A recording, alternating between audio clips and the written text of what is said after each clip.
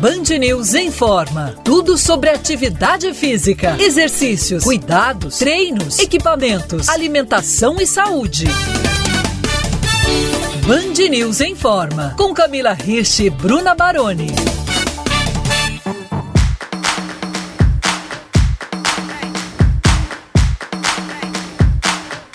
Estamos no ar com o Band News em Forma. Olá, ouvintes. Eu sou a Bruna Baroni e comigo a treinadora que tem um coração que cabe todo mundo lá dentro.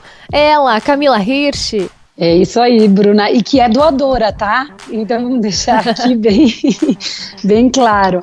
Mas sempre cabe mais um aqui dentro, é igual o coração de mãe. Com certeza. Bom, Camila já deu a deixa aí para o nosso assunto de hoje. O programa não poderia deixar de falar sobre um assunto que tomou o noticiário nessa semana, gerou até mesmo uma nova campanha do Grupo Bandeirantes de Comunicação. A gente vai falar sobre doação de órgãos e tecidos. Desde que saiu a informação de que o Faustão entrou na lista de espera do SUS por um transplante cardíaco, a gente viu uma movimentação intensa de várias entidades, autoridades, personalidades, enfim, todo mundo falando sobre esse assunto. Porque é um assunto que deixa muitas dúvidas ainda. A campanha da Band Doe Órgãos, Doe Vida busca justamente conscientizar a população e sensibilizar o poder público e outros entes a abraçarem essa causa. E nós, aqui do Band News em Forma, também vamos fazer a nossa parte levando informação.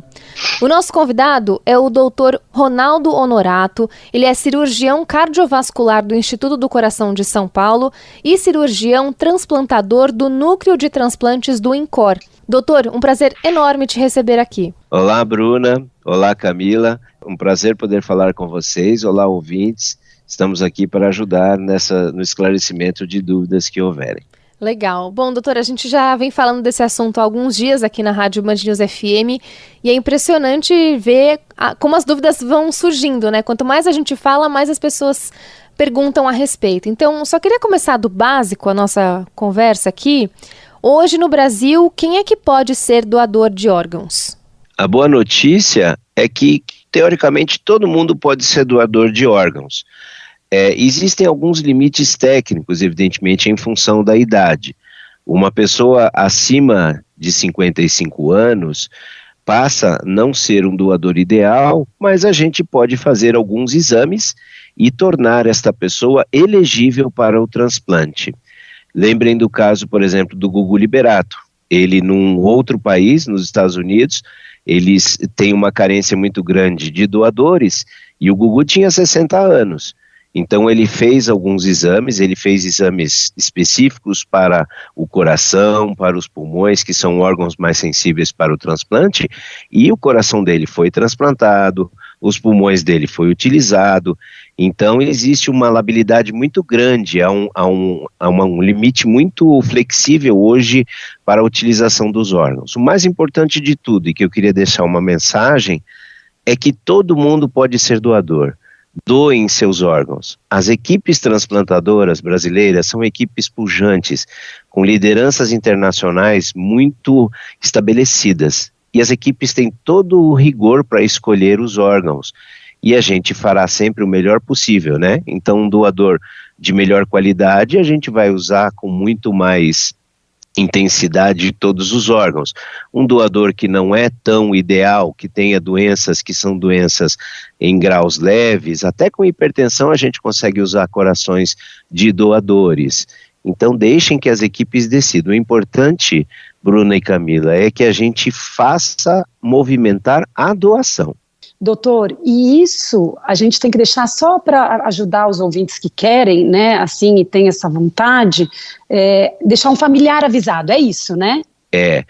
A tomada de decisão no momento crítico, ela sempre é uma tomada de decisão que pode ter um viés. Então, decidir quando nós temos a perda de um ente querido, muitas vezes é um pai, muitas vezes é uma mãe, um irmão, um filho. Então a tomada de decisão no momento do diagnóstico da morte encefálica é sempre muito mais difícil. Mas se a gente em vida manifesta, como você muito bondosamente já fez aqui, Camila, como você já expôs a sua vontade, faz com que todos nós conheçamos ou saibamos da sua vontade. E isso faz a família tomar uma decisão de uma forma mais leve. Então, assim, a gente passa a ter uma menor negativa familiar. Porque no Brasil, os doadores são da família, né? A última autorização é da família, né? O consentimento final, sempre quem dá é a família, entendeu? Doutor, e quais são os transplantes mais comuns e mais feitos hoje no Brasil? O Brasil tem uma capacidade incrível. O Brasil faz todos os transplantes. Nós fazemos transplantes de coração, fígado, pulmão, rins, fazemos tecidos que são córnea, pele, enxertos ósseos, artérias, veias, transplante de útero, inclusive, é factível de ser feito, transplante multivisceral, em que você utiliza todos os órgãos da cavidade abdominal, em pacientes muito graves, né, que você tem que trocar todos os órgãos abdominais de uma vez única, né, de uma forma única, também fazemos. No Brasil, os transplantes que mais são feitos são transplante renal em primeiro lugar e transplante hepático. Isso porque tem também órgãos disponíveis ou tem ainda, precisaria de muito mais porque ainda é pouco pela quantidade que se precisa? Falando em doação, sempre é pouco, Camila, sempre é pouco. Quanto mais doadores tivermos, tanto maior o número de órgãos nós teremos. Lembre que nós temos 2 rins. Então, um doador darão 2 rins, 500 doadores darão 1.000 rins. Então, além desta facilidade, digamos assim, numérica, que o rim tem, né, a possibilidade de usar órgãos que são em dobro, né, nós temos 2 rins, graças a Deus, não temos 2 corações, não temos 2 fígados, né. Então, por exemplo, coração é um só, fígado é um só, e o fígado ainda pode ser dividido. Então, como o rim tem dobro os órgãos, eles podem usar mais. E além disso, a capacidade que o órgão tem de resistir. Um rim resiste muito mais tempo fora do corpo do que um coração. O rim pode suportar, sem o suprimento de oxigênio e sangue, até 24 horas. Já o coração não aguenta mais do que 4 horas, né? Então é característica biológica de cada órgão, entendeu? Uhum. E uma vez feito o transplante, o índice de rejeição é alto ou baixo, doutor? Felizmente, a rejeição não é o principal problema. No caso do coração, a rejeição, acredite você, em 30 dias, ela é muito pequena. O grande problema, de fato, é a preservação desse coração. Como eu disse a você, o coração é um órgão que tolera pouco ficar fora do corpo, ele se ressente. Passou de 4 horas fora do corpo sem oxigênio, ele começa a ter alguns problemas que podem levar a um não funcionamento ideal daquele órgão.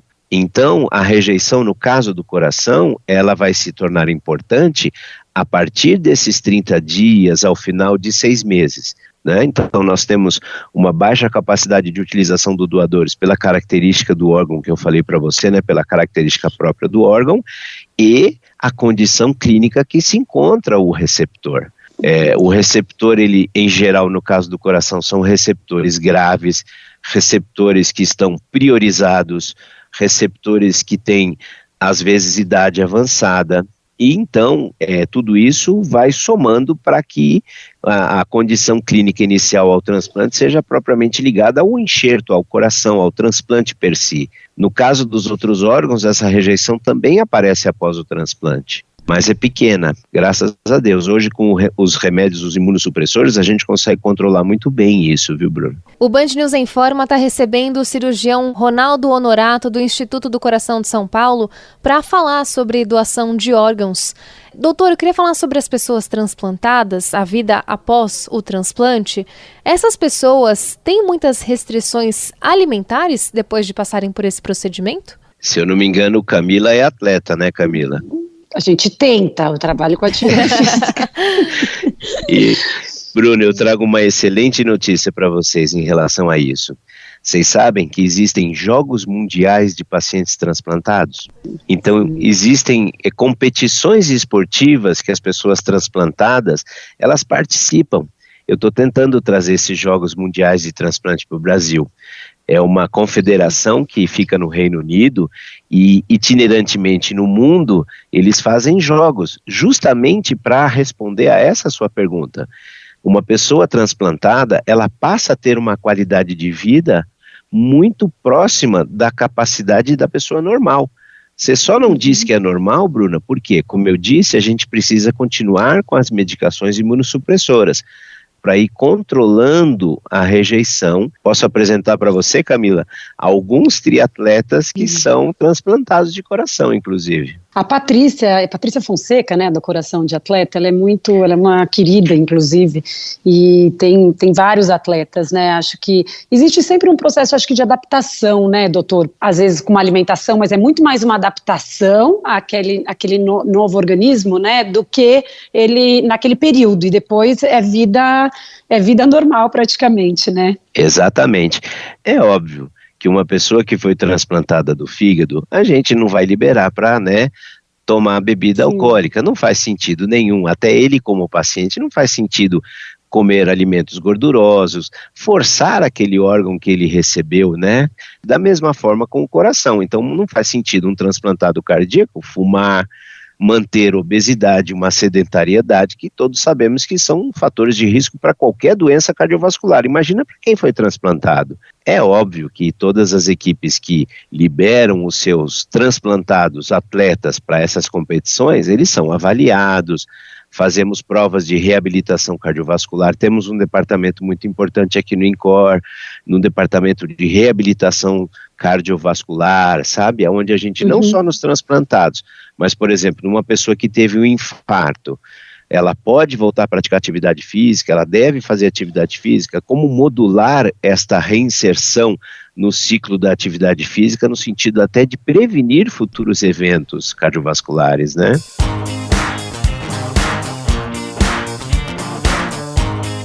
O cirurgião cardiovascular Ronaldo Honorato, do Núcleo de Transplantes do INCOR de São Paulo, é o convidado de hoje do Band News Informa.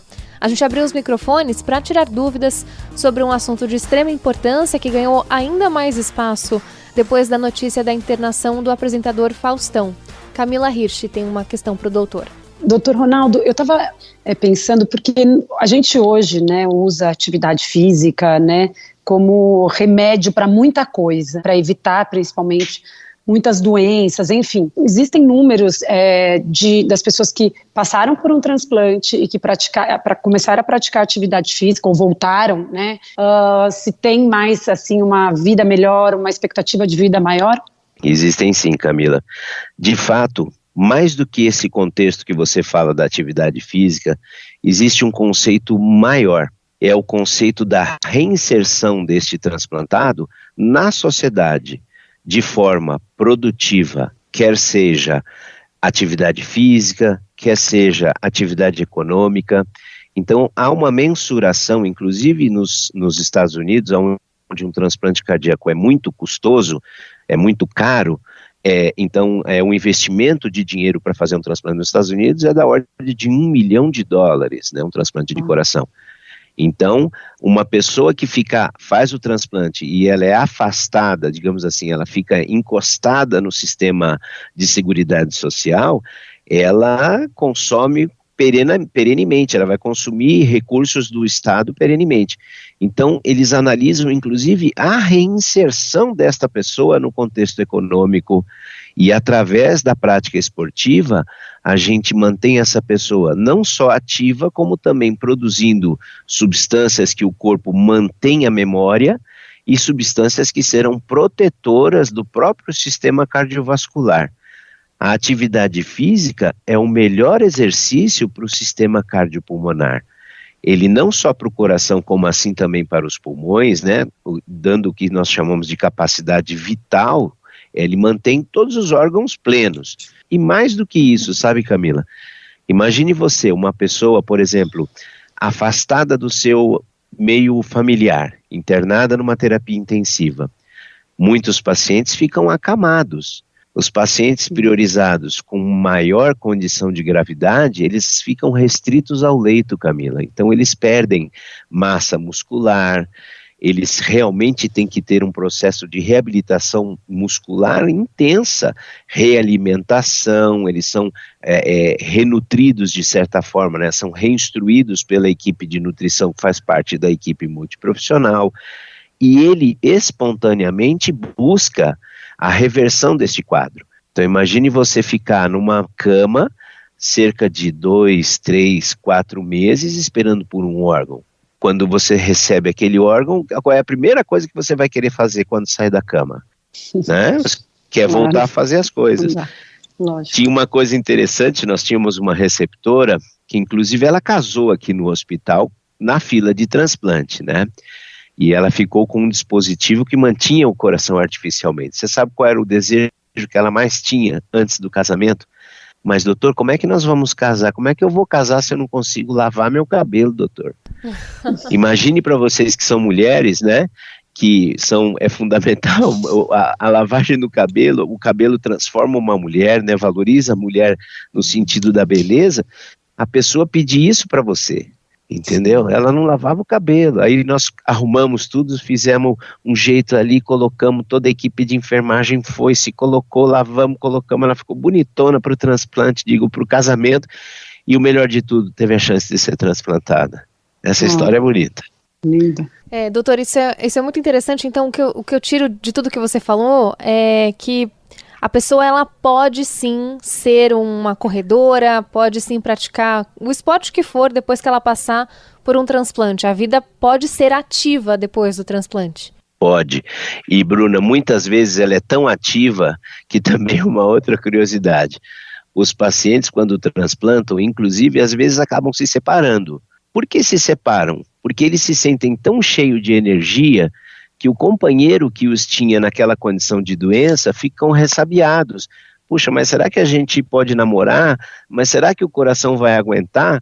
E a pessoa está plena, a pessoa está exuberante, né? Quando você faz o transplante de coração e você substitui um coração novo, é brutal essa mudança, sabe? A pessoa realmente encorpa, ela ganha massa muscular. Alguns pacientes a gente até nem reconhece. Doutor, lembra de mim? Puxa, eu lembro de você magrinho. Olha, doutor, como eu estou forte, como eu estou recuperado. Estou fazendo mais uma família, entendeu?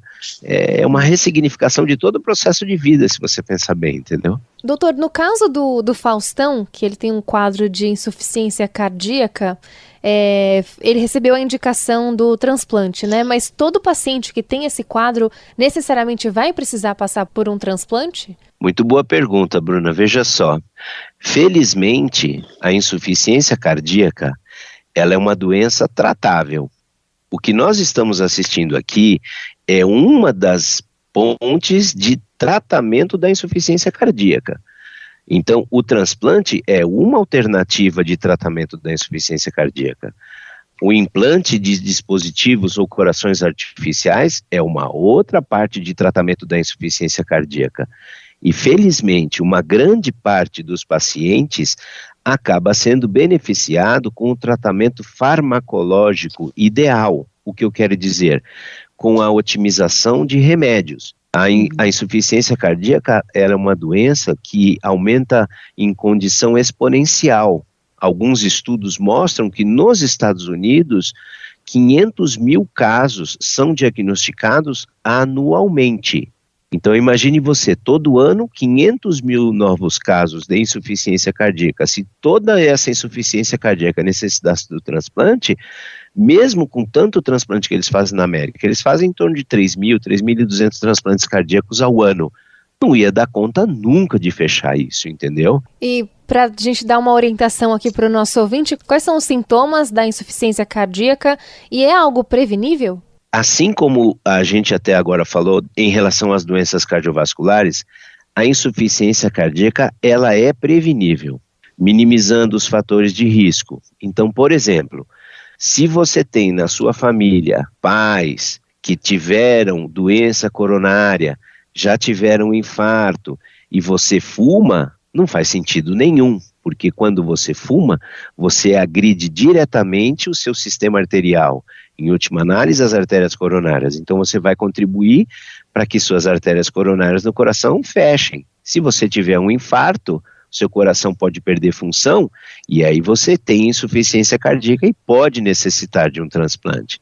Da mesma forma, o controle da hipertensão, o controle do diabetes, o controle do sedentarismo são funções muito importantes para prevenir que o coração entre em insuficiência. E quais seriam os sinais que a pessoa pode desenvolver isso? Pode já estar, né, com um quadro de insuficiência? A insuficiência cardíaca, ela se caracteriza preponderantemente pela capacidade de cada vez a pessoa conseguir desenvolver menos atividades. Por exemplo, imagine a pessoa não conseguir escovar os dentes, ela ficar cansada para escovar os dentes. A pessoa ficar cansada ao se alimentar. Então, os pacientes que eu tenho em fila, que chegam nesse estágio e que necessitam a troca do coração, eles cansam para comer. Falar de doação de órgãos ainda é tabu para muita gente. Por isso, o Band News Informa abriu espaço para tirar dúvidas com o cirurgião transplantador do Núcleo de Transplantes do INCOR, o Dr. Ronaldo Honorato. Doutor, eu estava conversando aqui na redação com o Arthur Covre, que é o nosso coordenador aqui da redação, e eu comentei com ele que eu encontrei histórias de atletas que são transplantados e participam de corridas de rua, né? E aí, na conversa com ele, ele falou algo muito curioso. Foi mais uma questão. Como é que fica a ligação do coração com a mente? Vamos supor, esse coração que você recebeu saiu de uma pessoa que não era corredora, que não praticava nenhum esporte, enfim. A pessoa que recebeu começa a correr. Como é que funciona isso? É muito bom conversar com gente inteligente, né? Porque essa é uma pergunta muito bacana. Olha como isso é interessante, permeia a cabeça dos nossos pacientes, inclusive. Fizemos o transplante do seu Geraldo. Um transplante difícil, o seu Geraldo tinha um pouquinho mais de doença, estava um pouquinho mais tempo na prioridade, mas o transplante foi um sucesso. E no dia seguinte fui passar visita no seu Geraldo. Seu Geraldo, tudo bem com o senhor? Eu não quero conversar com o senhor, doutor. O que foi, seu Geraldo? Nós fizemos um transplante, o senhor está ótimo, está sentado na cadeira comendo já no dia seguinte, né, almoçando. Porra, doutor, como é que eu vou falar com os meus amigos, doutor? O que, seu Geraldo? Do que você está falando? Pô, doutor, vocês puseram coração de mulher? Como é que vai ficar minha vida agora? Doutor, e se eu me apaixonar por um homem? Seu Geraldo, isso nunca vai acontecer, seu Geraldo. A gente ama com o coração, de fato, né? A gente manda emoji de coração, né, significando o amor, mas o amor ele é maior do que tudo isso, assim como a mente é maior do que tudo isso, entendeu, Bruna? Não é que o coração vai mudar a mente da pessoa, ela vai encontrar uma ressignificação em todo este processo pelo qual ela passou.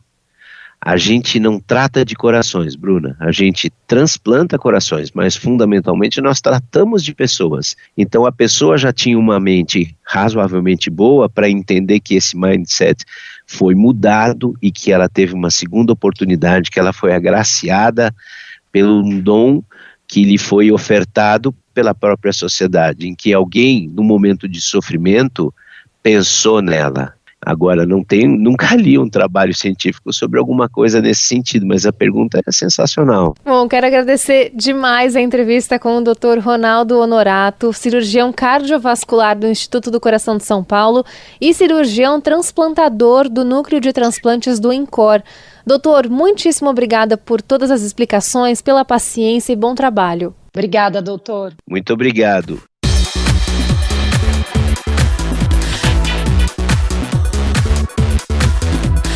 Você, ouvinte, acha possível uma pessoa transplantada participar de maratonas?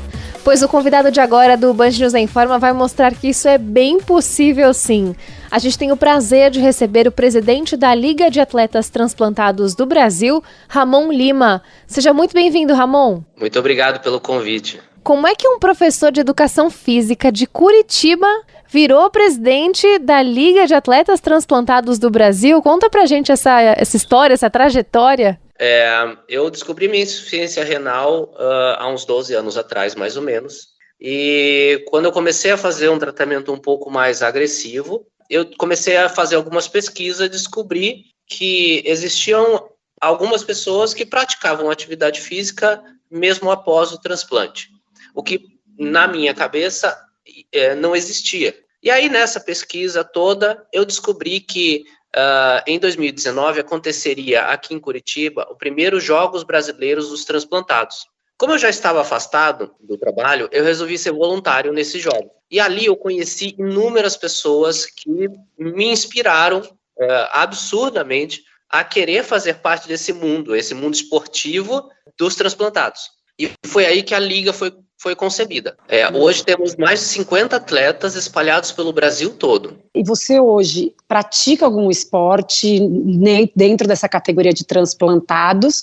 E você dá aula de educação física também para transplantados ou não? Bom, respondendo a sua primeira pergunta, sim, eu sou atleta.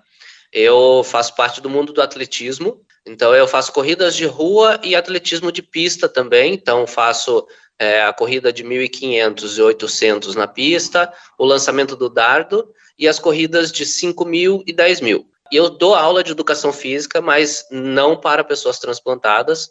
Por enquanto, eu faço parte da rede municipal de Curitiba e dou aula para a população em geral, né? Trabalho em 2 escolas, treino à noite e é a vida que segue, né? E no seu caso, Ramon, você só não entendi se você já treinava antes do seu transplante e aí depois que você recebeu, que você fez o transplante de rim, você voltou a praticar corrida quanto tempo depois? Eu sempre pratiquei atividade física, né? Não à toa eu sou professor de educação física, sempre estive vinculado ao esporte, mas nunca com um foco de atleta. Depois do transplante, durante os 3-4 primeiros meses, eu praticamente não fiz nada, porque não podia, tinha uns pontos internos que ainda não tinham cicatrizado, então não tinha como fazer alguma coisa. A partir do 5º mês, eu comecei a fazer caminhadas dentro do terreno da casa, e a partir do 6º mês, meu médico liberou para eu começar a fazer caminhadas na rua. Aos pouquinhos, gradativamente, eu fui melhorando essa caminhada, colocando um pouquinho mais de força e acelerando um pouco mais, até que, ali pelo 8º, 9º mês, meu médico falou assim, olha, tudo bem, você já está liberado, já está tudo cicatrizado, pode voltar a fazer as suas atividades normais, inclusive as atividades físicas com mais esforço. E foi aí que eu comecei a buscar um treinamento mais específico. Recentemente, a gente foi para o Mundial, na Austrália, é um Mundial para pessoas transplantadas e doadores vivos, então ele acontece de 2 em 2 anos, e esse foi meu primeiro Mundial e eu tive a felicidade de trazer para o Brasil 2 medalhas de bronze, uma no 800 e uma no 1500, e agora é projetar para o próximo Mundial, que vai acontecer na Alemanha, na cidade de Dresden, em 2025. É legal ouvir isso, porque parece que no exterior as comunidades já são bem engajadas, né? Já tem muitos eventos voltados para esse público. A gente ainda está muito atrasado, você acha, Ramon, aqui no Brasil? Por mais que a gente seja justamente referência, né, no que diz respeito à fila no SUS, a todo o procedimento de doação. Sim. Realmente nós somos referência. O SUS é hoje o mecanismo de transplante que mais atua no mundo, mas em relação à parte esportiva, nós não temos um engajamento grande, né? Tanto de políticas públicas quanto de empresas privadas que deem incentivos nesse sentido. A Europa, ela é onde concentra a maior comunidade voltada ao esporte para transplantados. Em 2024, nós temos o TGA, que é o Transplant Games of America, que vai acontecer em Birmingham. Se tudo der certo, eu espero estar lá para poder participar. Ano que vem mesmo, nós temos o Campeonato Mundial de Inverno, que vai acontecer na Itália. Então, são esportes de inverno, como se fossem as Olimpíadas de Inverno e as Olimpíadas de Verão. Temos programado o Mundial de Futebol. E o Brasil, como uma referência no futebol, não temos nenhuma equipe montada para participar do Mundial de Futebol. E isso é uma questão que a Liga vem trabalhando, vem buscando gente para tentar fomentar esse esporte e tentar levar essas pessoas para esse Mundial. E você tem pensamentos do porquê que isso acontece? Por que a gente ainda está evoluindo de forma mais lenta, né, em relação ao resto do mundo? Será que é porque a gente ainda não... como você começou a entrevista, né? Você mesmo não sabia que existia essa vida de atleta depois do transplante. Então, será que é porque a gente ainda fala muito pouco sobre justamente esse pós-transplante? Eu acho que isso é um ponto. Eu acho que a gente, na verdade, não do pós-transplante. Eu acho que, na verdade, a gente fala muito pouco do transplante em si. O transplante, eu acredito que ainda seja um grande tabu na sociedade brasileira.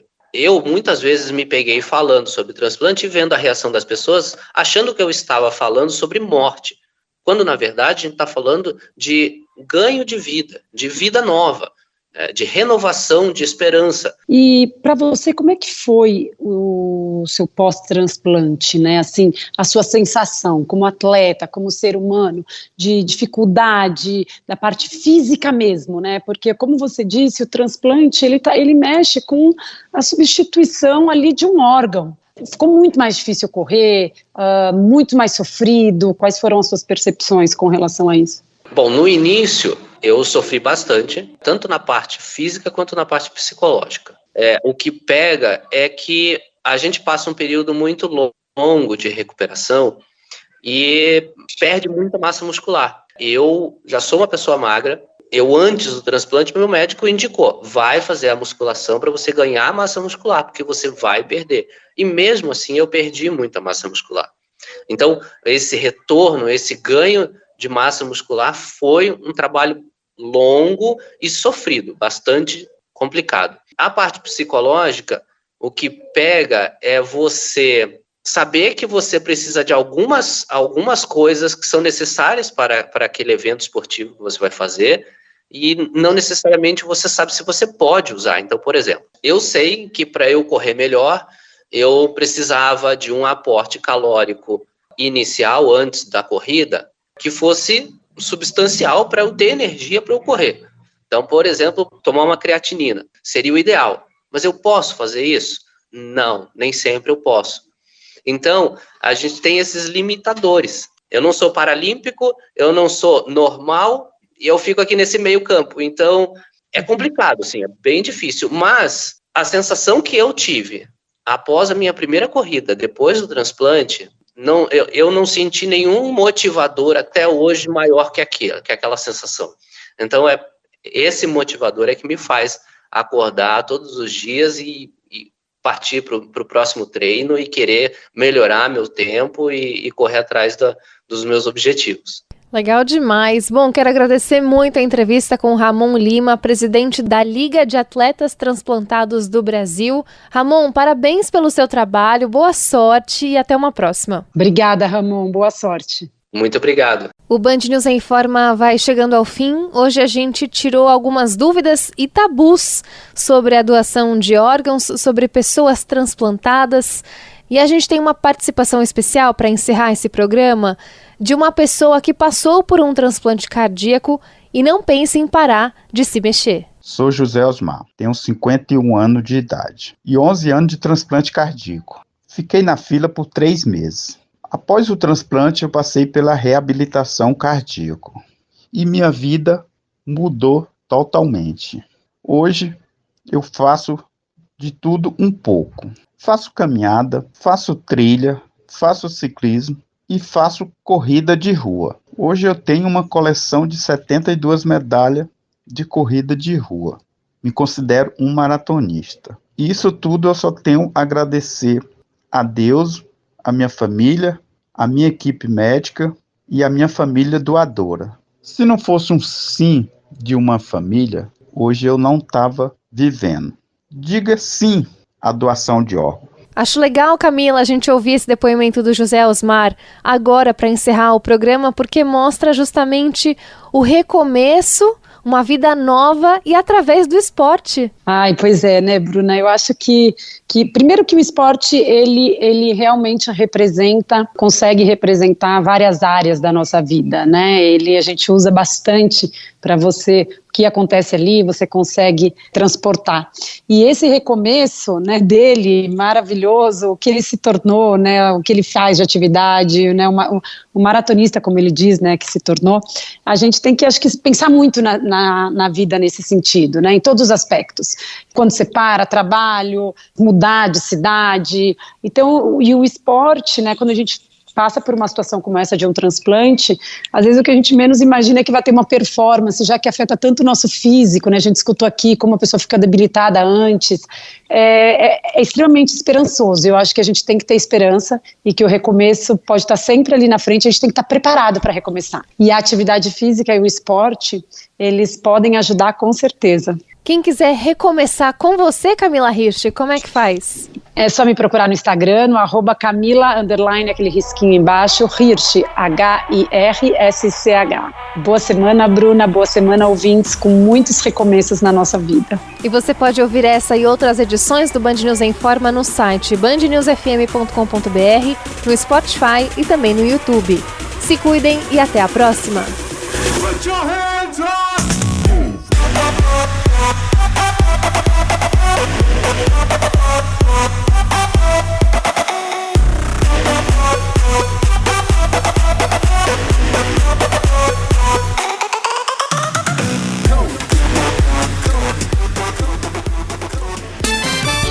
Você ouviu Band News em Forma.